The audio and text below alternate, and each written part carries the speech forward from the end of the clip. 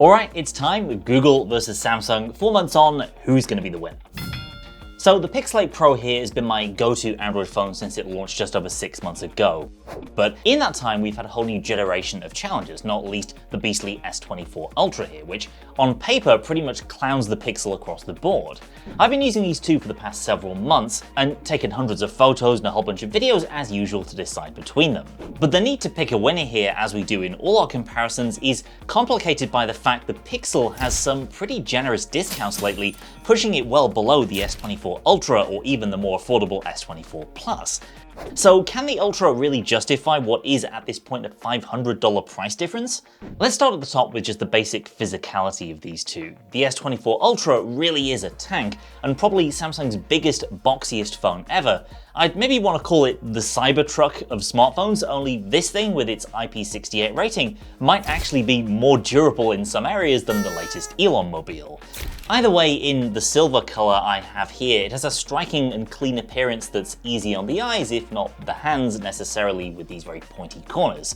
I don't particularly care that Samsung has moved over to titanium this generation. The frame honestly feels the same as brushed aluminium in countless other phones I've used over the years. But I like the heft and minimalism of this design, even if it's not necessarily the most interesting looking phone out there. The Pixel 8 Pro has a bit more going on visually with this glossy trim and the trademark camera bar that's just as identifiable as the big old G on the back here. It's also available in more vibrant colors, including this recent minty edition here, and it's so much easier to hold onto than the Ultra with one hand. Of course, it doesn't have those right-angle corners that seem to have been designed for something other than a human hand. So I feel a lot more confident in one-handing the Pixel versus the S24 Ultra. It's smaller, more rounded, more manageable, and I don't necessarily miss the extra screen real estate versus the S24 Ultra. What I definitely do miss though is Samsung's latest and greatest display. Now, I'm not underselling the Pixel screen here, it's a fantastic panel too, and I've used it under very bright daylight in places like Barcelona, Taipei and Las Vegas over the past few months. It's fantastic. But what it's missing, because 4 months on from launch, still no other phone has this, is the S24 Ultra's Corning Gorilla Armor display. This is responsible for the Ultra's legendary reflection resistance and needs to be seen to be believed. Eliminating the impact of reflected background light on the display not only saves on power because the screen brightness doesn't need to crank up quite as high, it also gives the impression of richer contrast in photos and videos because of those pitch blacks. Both phones have pretty excellent in-screen fingerprint scanners, though Samsung's ultrasonic sensor means it doesn't have to rely on lighting up your fingertips, so it's less distracting to use in darker environments.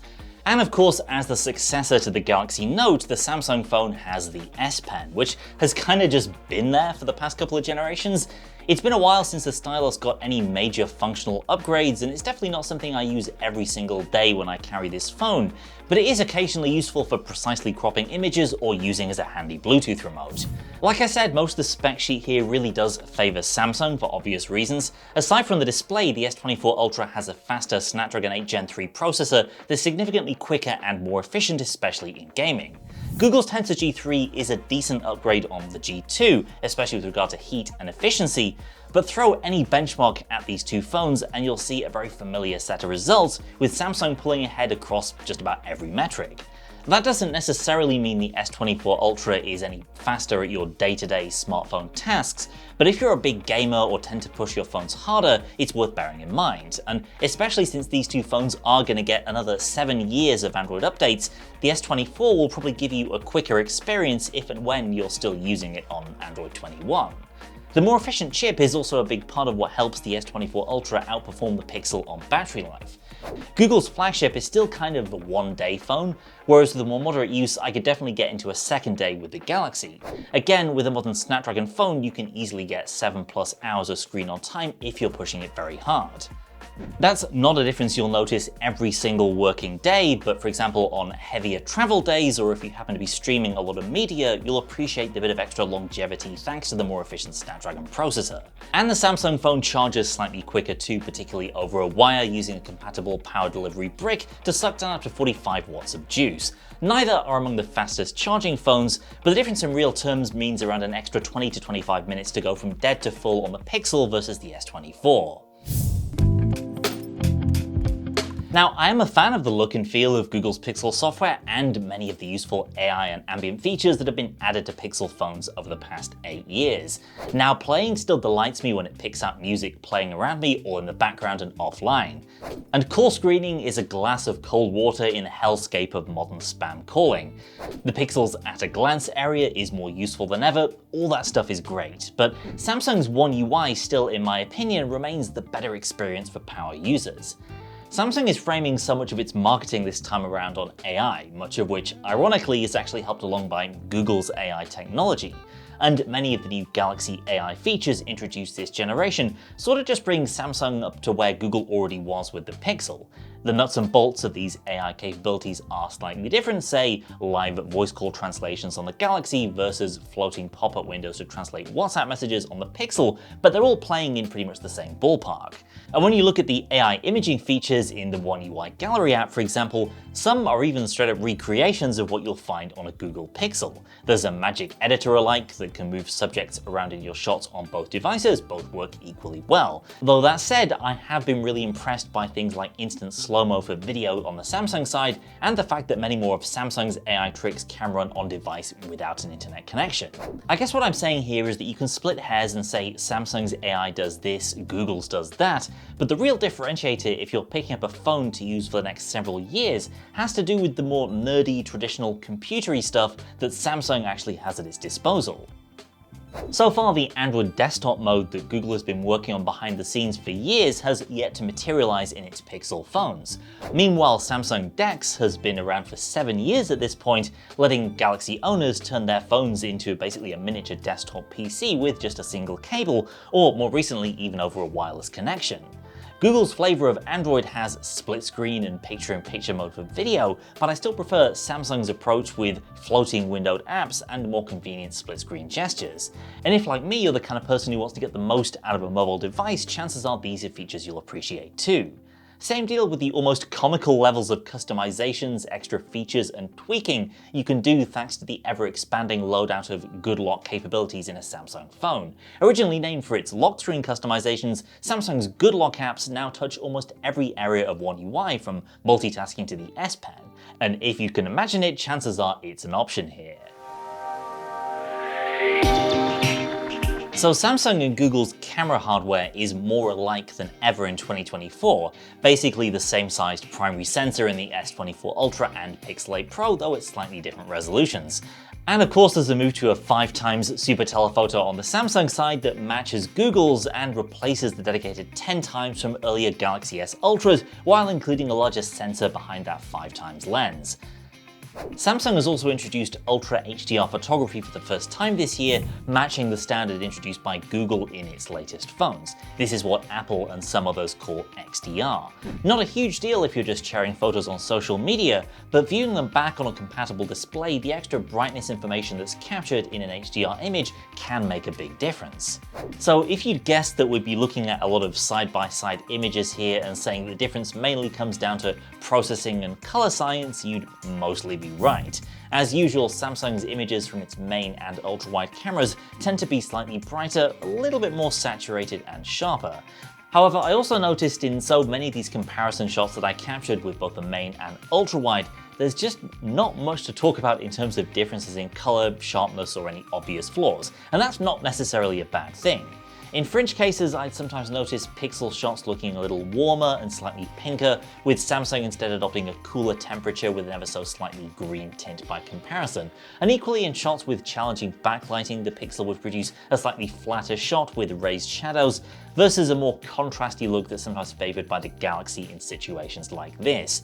This really is incredibly nitpicky stuff though. So Samsung does sometimes produce shots that look a bit more overcooked than the Pixel, but to be fair to the S24 Ultra, the sharpening and saturation you see here isn't anywhere near as aggressive as in some earlier Galaxy phones. It's definitely toned things down quite a bit in that regard this year, though in places you'll still notice a tiny bit of HDR haloing, such as in the edges around this lion statue here. I also noticed the Pixel producing a very slightly softer image in places, but both main sensors unsurprisingly captured a ton of detail at their standard 12 megapixel output resolution. This subtle difference in fine detail became a bit more noticeable in low light captures from both cameras, as you'll see in the brickwork here from the Samsung shot and the softer grass in the same image taken from the Pixel. Ultra-wide performance from both was also pretty impressive though, with Samsung favouring a slightly higher ISO level and being able to pull in just a little bit more detail in areas towards the outside of the frame in daylight pictures. The software processing of the Galaxy's ultra-wide seems to have received some attention too, as I noticed it was a bit more competitive with Google in lower light conditions in a way that I didn't quite see from last year's S23 Ultra. Similar deal in situations with a moving subject. While I never found previous Galaxies to be that bad in shots with a lot of motion, on the latest firmware Samsung nevertheless has improved in this area, to the point where I don't think it's particularly that big of a weakness for the Galaxy anymore. But what's much more interesting to me though is the difference in zoom photography. Obviously you've got two 5x telephoto cameras now, so an apples to apples comparison is easier to see, though you've still got that 10 megapixel 3x camera sticking around on the Samsung side, and honestly I kind of wonder if this lens has been kept around just for the sake of appearances, as its utility when you can do hybrid zoom on a 200 megapixel primary camera has to be pretty limited. Nevertheless, it's handy to keep around for portraits if nothing else. So anyway, at 5x it's also a pretty close run contest between the Pixel and the Galaxy. Even differences in colour are few and far between, with pixel peeping being required to see that in some situations you're getting a slightly softer pic from the Pixel and a bit more sharpening and grain with Samsung in daylight shots. You have to look to lower light conditions to see any meaningful difference between the telephotos here, and even then the differences are very situational. In this street shot, the Galaxy took a quicker photo with a little more noise, though a sharper overall appearance. The Pixel's image was softer but still looked perfectly fine. But you see the reverse here in this image at 10x, with the Pixel's post-processing giving a more contrasty finish to the image and the Galaxy's photo appearing softer. I would say that I got more sharper looking zoom shots in darker conditions from the Samsung camera overall though. A great example is the text on this bottle here. Viewed at a distance both look perfectly fine, but only Samsung retains the detail of the label. And then at longer zoom levels in daylight, once again it's a softer image from the Pixel and a more contrasty shot from Samsung. But I do sort of get the impression that in longer 20x shots like this, that some of those darker lines you're seeing are just as much the result of AI guesswork, whereas in the Pixel you get a softer but perhaps more true-to-life capture.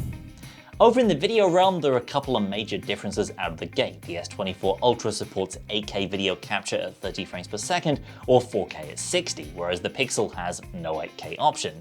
8K is still pretty much overkill for smartphone video, but it is admittedly a technical feather in Samsung's cap. Meanwhile, on the Google side, you've got Video Boost, an AI-backed feature that first takes recordings on the phone, then shoots them over to the cloud for Google to juice up with extra AI magic for improved low-light performance and smoother pans. Honestly, I'd have more enthusiasm for Video Boost if it wasn't such a pain to use, with lengthy waits for processing and low-light footage often just coming back looking overexposed. Hopefully we'll see some improvement here in future. In terms of regular videography at 4K 30, both cameras were very capable performers with reliable stabilization that could withstand a normal walking pace in moderate to good lighting. The biggest difference I noticed was the color balance between these two cameras, with Google favoring more natural hues and Samsung producing video with added sharpening and slightly more saturated colors. And just as we saw from still pictures, Samsung's sharpening can produce some haloing and even a little artifacting in places, which I noticed most in footage from the 5x zoom camera. Meanwhile, Google seemed to lean more towards video that looked more true to life, with softer fine details, especially when zooming in at 5x or above. Honestly, considering all the other differences between these two phones, I would say that photography and videography is a fairly minor consideration given how similarly these two cameras perform. And given the level of quality here, that's high praise for both phones. So is the Galaxy S24 Ultra worth the extra cash over the Pixel 8 Pro if you're weighing up a flagship phone in mid-2024? I would say yes, but the reasons aren't necessarily as obvious as you might think. Both phones have excellent cameras and really competitive AI features that will likely be built upon in the coming months and years. But the Galaxy takes things to the next level with improved multitasking and customization possibilities, along with excellent value adds like Samsung DeX. While the S24 Ultra is a big beast of a phone, and almost too much phone for me given its very angular slab-like design, I think the spec advantage is going to give you enough extra lifespan over the year to justify its additional cost. Both phones have 7 years of Android OS updates ahead of them, but the performance advantage of the S24 Ultra should ensure it has a better chance of running smoothly on the Android of the early 2030s. And by the time we get to the later part of this decade or the early part of the next one, the power efficiency of that Snapdragon chip is likely to hold its own better than the Tensor G3, which right now in its first year can only just about manage a full single day. So I think if you're looking for a high-end phone to use for the long term, the S24 Ultra matches a lot of what makes the Pixel great, with the added bonus that it has the extra power and efficiency to last through the several years that it's hopefully going to be your primary mobile computer. That's it for now. Share your thoughts down in the comments if you have either of these two phones, and stick around for more comparisons coming very soon. Thanks for watching, and I'll see you next time.